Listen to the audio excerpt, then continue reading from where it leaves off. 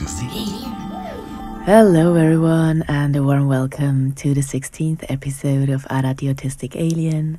I'm super happy that you're here with me today again. And as promised, today I want to talk about the first session towards my diagnosis I had today with a therapist here in Switzerland. And then I also want to dive a little bit into what I study by myself at the moment that really helps me to maybe assist myself in times where there's not so much else that can help. So yeah, first of all, I'm super happy because today I had the first session, and I tried to go there very openly and not expecting anything, and just let the experience come to me and see what happens. And the therapist I have is a male. I'd say he's around 40, 45, and he's super friendly and very understanding. And I thought that maybe it's just a lot of questions that you have to reply to one-on-one. But actually we just talked a lot, for 90 minutes, about how I was raised, how I was brought up, how my experience was, what was diagnosed before, or what kind of therapies I had before. And yeah, it was just a very nice chat with a very nice human being, and I felt very seen and very understood. And now the procedure will be that he needs to talk to someone that knew me when I grew up. So, he will talk to them for 20 minutes to ask them some questions. And I have this huge pile of paper that I have to fill out that are questions about, in the end, when I know how to look at questions, so maybe that's also autistic. But when I flipped through the papers, it looked to me a lot like the question always goes into how you perceive the world. And that's I kind of am used to that, because it's also how you find out if you're highly sensitive and all that stuff. So yeah, I'm really, really happy that things are rolling now. And I'm super duper happy that I'm having a therapist that is so friendly. Because in the beginning, when I came into that building, it was okay, it looked like a school that I went to in the in 98 or 2000s. And everything very old, and then there were a lot of people who you could tell that they were really struggling. And then there were a lot of people that worked there who didn't really seem very friendly to me. So I was okay, some of them didn't even greet you when you greeted them, in the halls. And that's normally, that's social terms in Switzerland. We greet each other, especially when you are greeted. Anyways, it just felt I don't know, it felt like a bit of a weird place. But the girl that was at the entrance was really, really kind. And then I was so happy when my therapist showed up, because he was this tall, slender guy. I don't know. I feel maybe he has ADHD himself. But yeah, he just he felt very, very easy and kind. So I'm really, really happy about that. And now I have to fill out all these paper questions thingies. And then I have 2 more sessions with him where we go more in depth about I guess what I fill in these formulars and everything. And then by end of July, in 1 month, on the 24th, we have the final session, and then he will tell me his conclusion whether I'm autistic or not. So yeah, I'm curious. I'm curious where this takes me. I'm really planning to fill out these papers today or as soon as possible. And yeah, I just think it's really interesting how this process is, because I thought it was as I said, I tried to be as open as possible, but I still thought that maybe it's more mechanical. And it really felt a little bit more like a therapy session today than a diagnosis session, but maybe they're the same in the end. And he also said that, to make this kind of diagnosis, you really have to know people too. And then I spoke to my flatmate, who was the one that kind of proposed that I might be autistic about the session. And she then told me that there are also like a lot of people who just kind of want to take advantage of this kind of diagnosis. So for sure, like a therapist also needs to meet people and just like get to know them to understand if they're really struggling or if they just try to get a benefit out of a diagnosis. So yeah. But yeah, that's where that's at the moment, and I feel pretty good about everything. And yeah, I'm really happy that like I had to wait for a long time. I mean, it's the 16th episode and I started this podcast for this subject actually. But still, like, my therapist also told me that there are like many other cantons in Switzerland, so like districts where you have to wait much longer, like a year or even longer. So yeah, I'm really happy that we can do that here, and it's also like we can finish it before I have to move. So that's really cool, and I'm really happy about that. So yeah, I will like keep you updated about everything diagnosis wise, because right now I'm just I'm just like observing and seeing what happens, and I'm really curious about all the questions.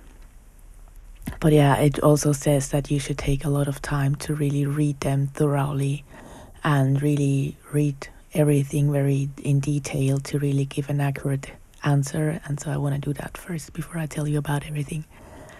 So, but what I saw on the first glance is that a lot of questions that are about organization. How organized are you? And how structured are you? And I had to laugh because that's kind of where I always felt that I might be like autistic or have OCD or something, because I'm like very structured. Even when I was a little child, my room was always neat. Like it was always like sometimes you could open my closet and then like clothes would fall out because it didn't make sense to me to like fold them. Because why would you fold clothes when you then wear them again? Like, yeah, at some point I learned it, but I still don't see a lot of sense in it. But then like my sense of structure kind of took on more density, so I started to structure the insides of my closets as well. So yeah. And yeah, the other thing I want to talk about is the polyvagal theory. It's related to the autonomous nervous system, and it's still a theory. I mean, that just means that we haven't agreed that it's really valid. But I think it makes a lot of sense. So in the polyvagal theory, we talk about 3 states that our autonomous nervous system can like take on. And these states are the dorsal vagal state, which is the immobilization or freeze.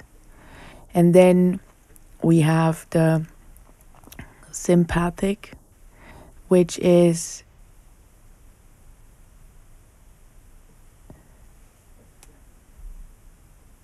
the fight or flight response. And then we have the ventral vagal, which is the kind of like being at peace and being good and feeling resilient and feeling like we can deal with the things that are thrown at us. And what like in the past few weeks, like my situation has kind of worsened, simply because I will move in like 6 weeks and I still don't know where I will move to. And this is very difficult for me, especially for like my mental body. Like I'm not sure how much I covered of this before in this podcast, but I'm so used that I talk about it a lot because it's kind of my main work. So I'm not sure if I repeat myself here. If I do, I'm sorry. But the aura has like these 4 bodies, right? The physical body, the emotional body, the mental body, and the astral body. or like it has them in my perception. That's how I perceive the aura. And these are kind of layers around the physical body. So what I feel right now is that like my emotional body is very much like in a trusting state, in very much like there will be a solution and you will find a good place where you will feel at home because that's what you deserve. And I just have like this good feeling. And my mental body is like, fuck you with your feeling, because right now we need a solution. We need to move a private home plus a full business, which is like double the work, and we still don't know where to with both of them.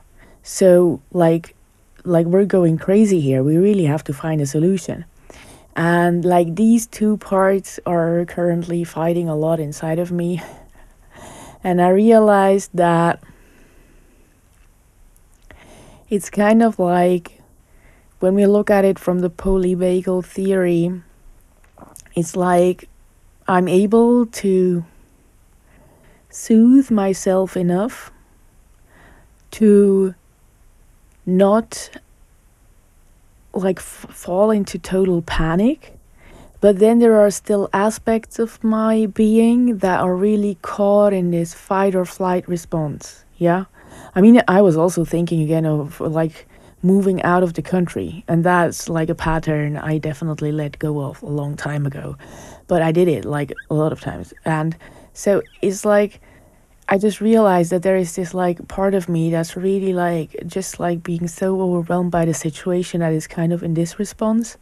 And then there is a part of me that's in the more relaxed response that can really see that, look, like you have like plans for worst case scenarios. It's not like you will become homeless, like not at all. So, but still it's like, that's like what I'm perceiving. And what really, really helped me over these past weeks is just to really soothe myself with these techniques. And when we talk about this in terms of the nervous system, we talk about regulation. Yeah. So when we are when we have a lot of nervous breakdowns or everything is too much and we are very irritated and like we explode very quickly, in terms of the nervous system, this is called dysregulation. And that means that we are either stuck in immobilization or in fight or flight, versus being in a state where we are just trusting, like in the sympathetic state or the sympathetic state. Now, the way we are trained to think, I guess most of us are like, oh yeah, that means that we always have to be in, sorry, I said that wrong. The peaceful state is the ventral vagal state. So it's very easy to think that, oh, I think we should be in ventral vagal all the time. And maybe in a healed, perfect world, that would be the case. But I think in this world right now, it's also important to be in a dysregulated state, because being in a dysregulated state actually shows me where I am not healed, where I am still triggered. Yeah. And that to me, I don't know if that's from my autism or just because I'm a very impulsive person, but to me, things can change super quickly when somebody triggers me. Like I can be the cutest person in one moment, and in the next moment I'm a really bad dragon, like that just spits fire. That happens a lot when people push like these triggers, and I really realize that that's when I switch states. Like I can go from regulated to dysregulated in seconds. And that's like, I think also sometimes the hard thing about like knowing me privately, because, like I can like regulate myself to a certain point where this doesn't happen a lot. But if I am like right now in circumstances that for the moment I do everything I can, but I cannot change them more than I'm doing right now. And they are really like, these are not triggers. Like living in a place as a hypersensitive person that is too loud and where too many people take up your space is very, very, very dysregulating all the time. So at the moment, I'm also practicing to forgive myself, or like even better, to not even judge myself in the first place when I have breakdowns. Because I was taught so deeply that I can control that I always blame myself when I can't. And that's also what I talked with my therapist today, is that I kind of always am gaslighting myself in this situation, because I'm always thinking that I can be a version of myself that doesn't do that. And so, like, a beautiful epiphany I had also today, because in the last podcast I asked, what do I do this for? And I also like looked at this question today again on the way to the session. And I realized that I'm doing it for myself, because I think, because I have internalized so many conditionings. The person that is the most violent towards myself am I. I am the person that is so hard on herself for not being more normal, for not being more quiet, for not being more of anything that ever was like imprinted onto me that it's good to be, you know. And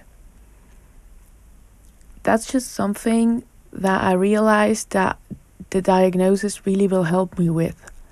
To really understand that, hey, honey, things are not as easy for you as they are for other people. Yeah. I mean, I know that maybe, like, I don't want to go too deep into this subject, because I'm not like, I think like this whole feminism thing would be like, I would have to make a whole podcast about my opinion towards that, because it's very differentiated.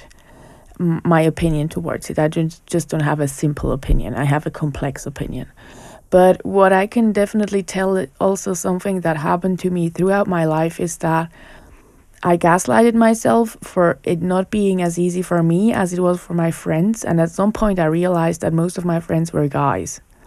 And like, I just realized that it's so much easier to be able to work under the conditions that we have to work at the moment, when you do not have hormonal imbalances every month. You know, you don't question your whole identity and your whole being for like a full week, coming with pain and lots of blood. Yeah, so like that's already one thing. So, and now I'm not only female in a world that was created for and by males, I'm also autistic.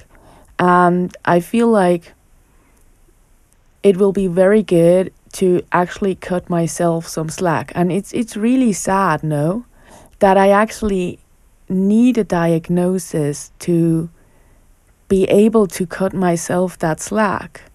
But I just realized, and that was a really painful realization, that most things that people like in social environments, most things that people couldn't handle with me, or because I'm autistic. Like, the things that they couldn't handle were the things that are autistic.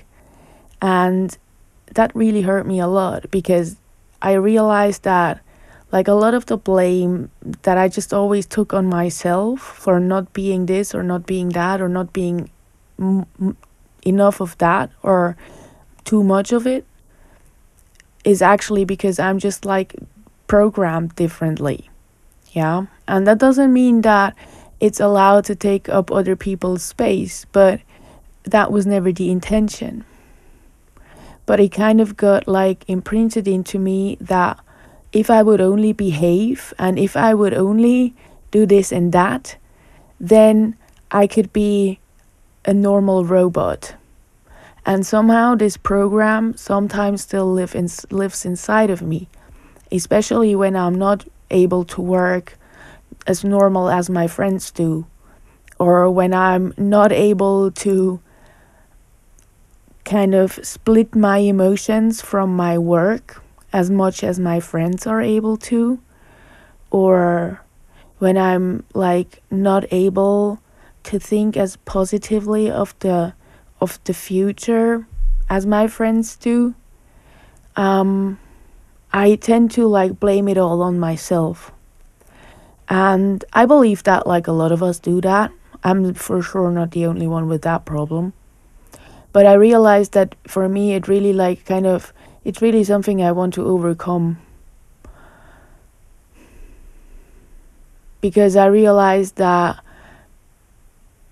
it's really not fair towards my own self, no? To like always be so understanding of others and their things, because that's kind of what I would have needed back in the day. But then I'm not that understanding towards myself. And I feel like to have a final diagnosis will maybe like put that into perspective a little bit. And also, like, to turn back to what I was talking about before, I don't know where I left exactly, but I will just like continue. Is that with regulating ourselves or our nervous system, there are many techniques that we can do. One, for example, is that when we like are in a dysregulated state, that we shake it off, like, you know, somatic healing, like animals also do when they get traumatized. They kind of like shake or like vibrate. I don't know the word in English right now, but they shake. I think it's shaking. And they just shake very small. Yeah, whatever.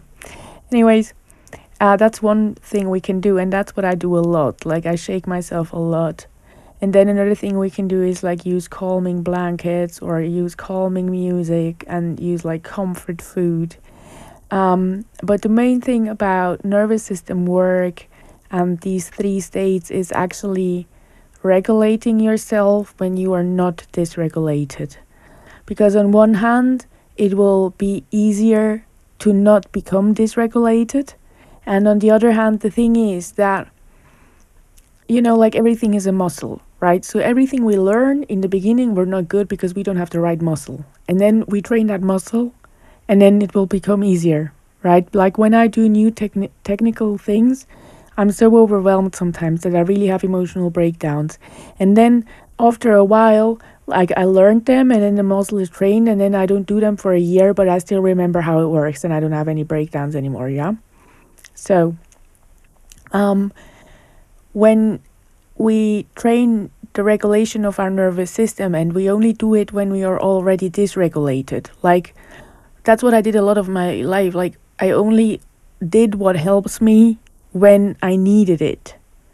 And the problem with that is that when we are dysregulated, our muscle memory doesn't learn as good. Because when we are dysregulated, that means that we are either in freeze or in fight or flight mode. Yeah, we are not in the peaceful mode. And when we freeze or are in fight or flight, we don't make the same decisions. And also our brain is not wired to remember anything in this state because it's about survival. It's not about learning new things. Yeah, it's rather dense. It's not open, this state of the brain. So it's very hard for us to learn things that help us when we only do them when we need them. But when we do them beforehand, like for example, I do these rituals every day. And sometimes like I feel like I don't need the ritual, or I felt that way. Like I think the last time was like half a year ago. I was like, oh yeah, I feel I can skip it for some days. And after 3 days I was doing so bad. And then I realized again, no, you cannot skip these rituals because they are what keeps you regulated. Yeah. And not everybody has to do rituals. Yeah, for some it's like a yoga practice. For some it's dancing with me every week. For some it's others, other things, or like doing the exercises I have in Enzo Elia. And if you Google it, like there is a lot of information about it out there. And, you know, like I just give you like one exercise that is in the book that I have now, just to give you an example. And this is more about like understanding what these states are and then understanding when I switch between the states. because an understanding of it can already lead to a more peaceful experience of the whole thing. Okay, so the exercise is that, as I said, we have the dorsal vagal state, which is immobilization or freeze. It's when we feel like frozen, we cannot act.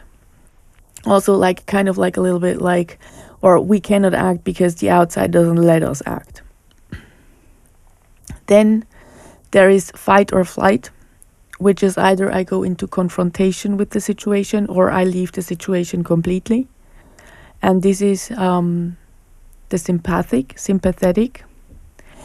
And the ventral vagal state is the peaceful state, where we can like trust that we have all the resources it takes to confront, or not confront, but to be with the situation as it is right now and to solve whatever is thrown at us in a good manner. Yeah, where we are hopeful, where we are looking to the future, knowing that we are resilient and that we can face whatever arises. Yeah.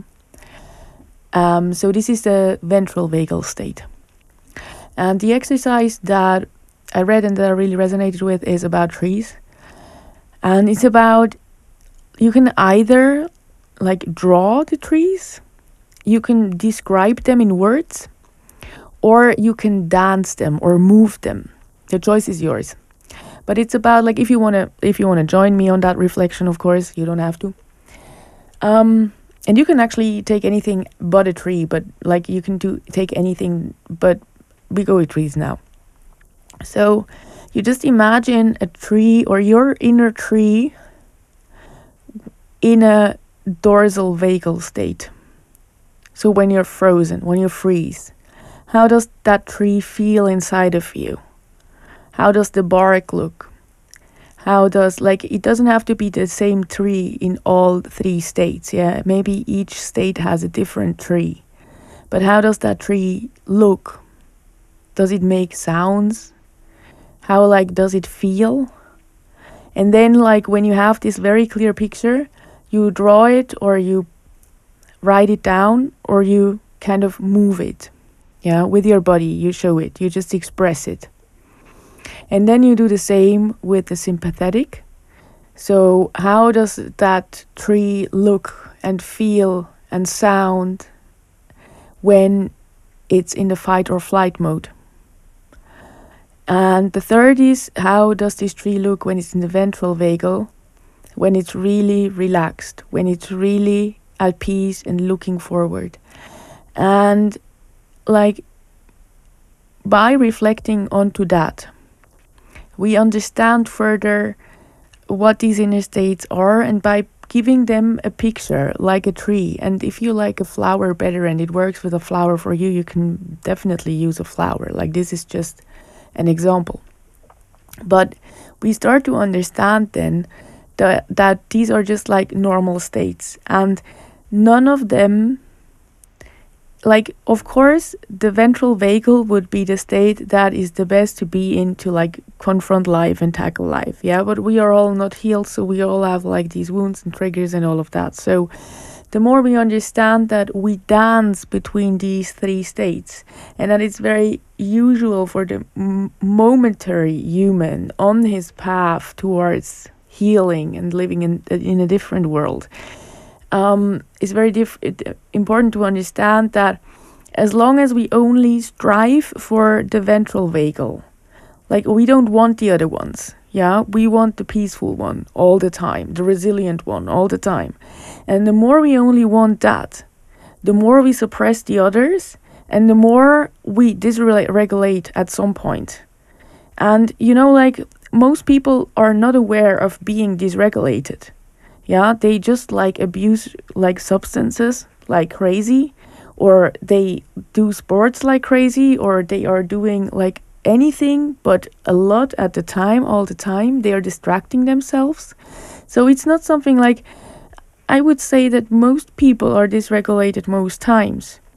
And what I found to be true is that, you know, like all this wellness culture and all this food supplement culture and everything, like some of it I feel is a good thing, but most of it, in my opinion, actually feeds off the money of people who are dysregulated and who actually would need to implement a routine that gives them safety and that gives them regulation into their own lives. Yeah.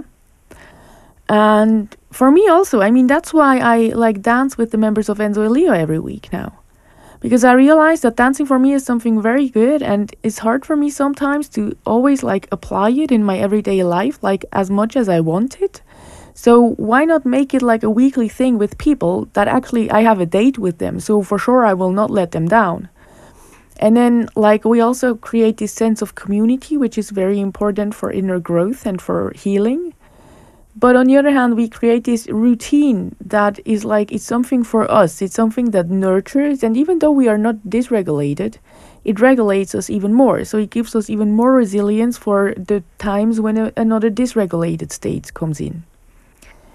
So yeah, and with that work of the trees, like it's not really at the moment going further. It's just about a reflection of how these three states in the terms of a tree look inside of you. And maybe you also can look at when do you fall in these states? Yeah. So for example, I give you some examples of how these states are. When we are in the immobilization state, it's often that we feel victimized. It's often that we feel like the victim of the situation because we cannot really, we just stay frozen and we try to dissociate as much as we can from the situation. Dissociation can happen through drugs, it can happen through distraction, or it can happen through just not thinking about the problem. Yeah, maybe you have experienced that with somebody you know, or even yourself, that there was like this massive problem and you knew you had to solve it, but you just didn't. Like that, it happened to me before when I was in a very depressed state. So I believe that most of depression, like really depression where you cannot move, is an immobilization of the nervous system. And so it's dysregulation. And then when we have the fight or flight mode is like, for me, for example, right now when I live with too many people, I'm very irritated. So when I'm irritated, I explode quicker. Yeah, so there are things that normally if I would be in the ventral vagal state, in the peaceful state, I wouldn't like feel triggered by. Yeah, I would just say, oh, okay. Like right now, my dentist did a minor fuck up. Like it's not a fuck up. It's just like he did a filling in my tooth, and there is like a little thing that is too much, and it's still there, and it's driving me crazy, and I have to wait 1 week until he gets it out. And it's driving me nuts, but that's because I'm hyper-focused and I'm hypersensitive, so I feel it like there is really a piece in my mouth that is not belonging there, yeah? And if I'm in a regulated state, I'm still calling there and say, hey, we have to fix this. But I'm not crying on that phone asking if my mouth will be okay, because I was thinking of getting a hammer and just like banging the whole tooth out of my mouth, like in my breakdown. Like for sure I don't do that stuff. I'm like, luckily I'm not that like hyper focused on things. I'm really blessed, I feel. But like, you know, like I can really like, when I'm dysregulated, things can go really mad. And that's the fight or flight response, where I'm always like, oh my God, they do like whatever they did it on purpose, and I blame them, and I'm fighting them right now, or I'm escaping them now. So this can also mean, oh, I'm firing my dentist. I will go to another dentist now. You know, like this would be the flight response. I'm more the fight response person, and I will do like something that is very irrational. And luckily I have very understanding dentists, and also like I'm not like violent towards them. I'm just crying and like feeling like it's a major problem when it actually isn't. Yeah, but that's when I'm irritated. That's when I'm not regulated. Yeah, and I know myself well enough, and I reflected well enough over the years to know that when I'm regulated, I'm not reacting like that. You know, I'm like, oh fuck, okay, they fucked it up, but it's not that bad. Hey, it's all good. We'll just go in a week and it's good. You know, and I don't go on that emotional roller coaster. So I still believe that I have autism, yeah, but I believe that how strongly it shows, and how strong my reaction is very largely tied to how regulated I am. And I believe that this is true for like actually almost any psychological illness. I mean, even with physical illness, we know that the main reason for a physical body to get sick is stress. Yeah. And so I believe that also because, I feel like every physical body maybe has some weak points. Yeah. Mine are teeth. And like, like other people have issues with their skin, or, like we all have these points. Like I think as we get older, we get aware of them. Yeah. We have these weak points. But generally, when we're relaxed and we're healthy, nothing happens with these weak points. And I believe it's a bit the same with psychological illnesses. I believe like what we call illnesses, I want to say. Yeah, because, but all these like states that people can have, like bipolar and ADHD and so on. And I feel also that like a little bit how crazy these things get is very much related to how regulated the individual is. Yeah. So, yeah, that's why I wanted to share this, because to me it's like it's a massive thing, this polyvagal theory. I think it's very, very interesting, and it just like it makes so much sense. Yeah. It just makes so much sense to like understand, because like what for me always like regulates me, for example, is listening to soothing music, or listening to podcasts where I feel very understand and seen, and lying on my sheep fur on the floor, remembering the times when we still lived in nature, or going into nature, going into the woods for sure also regulates me. And there are plenty of other things, like also we tend to not drink enough water. Drinking enough water also regulates me. Eating enough food, which I usually forget, also regulates me. So there are like a lot of things that I can actually do just in my everyday life that regulate me. Like we have to eat anyways. So we can eat things that maybe ground us a bit more, or that just have this positive effect on our inside. And all this stuff. So yeah, that's why I wanted to talk about it today, because I was really wondering also, like, how did it get so crazy with my symptoms by just moving houses? I mean, for sure, I'm aware that like my house is my sanctuary, so it's very important how it is there and how I feel. But then again, like I didn't like expect any of my symptoms to become so crazy. Like I sometimes don't even recognize myself anymore. And so like connecting this autism thing to the polyvagal theory and understanding by reflecting on this tree exercise. Oh, in this situation where things got really crazy, my tree looked like that. And in this situation, my tree looked like that. And then sometimes I even found out that like 10 seconds before the bad situation happened, my tree didn't look like that. And then somebody said something, and by that reflection, I can find out what the trigger was. Yeah, and then I can learn something again, and I can heal again. Yeah. So, yeah. So I wanted to share that with you. Yeah, so I think that's all for this week. Thank you so much for listening. Always a pleasure to have you here. And I really hope this was interesting for you too. And yeah, I will definitely keep you updated. I think next week I will talk about the questionnaire I have to fill out now and tell you a little bit more about that. But yeah, we'll see. I'll keep this as freely flowing as possible. So yeah, have a great weekend ahead, and I send you all my love. Thank you so much for your attention, and all the best. Bye bye.